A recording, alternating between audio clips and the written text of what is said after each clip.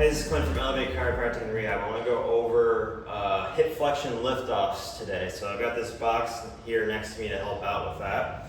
We'll discuss kind of the needs as far as what the height is and the importance of that. So before we get to that, let's just talk about the setup. So I'm going to go right leg first up on this box. Bottom leg is going to stay straight.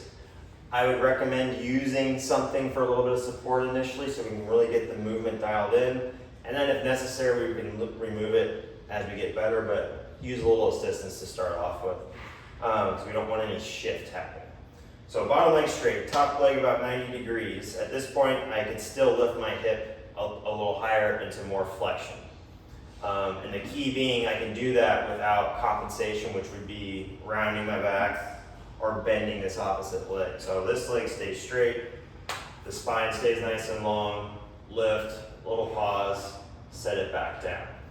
And then after 10 or 12 repeating sides. So with that leg lift, obviously we're gonna get some hip flexor activation, but actually there's a lot going on with this plant leg as well. So my leg here is kind of in extension, so this left glute is really working a lot as I'm lifting up.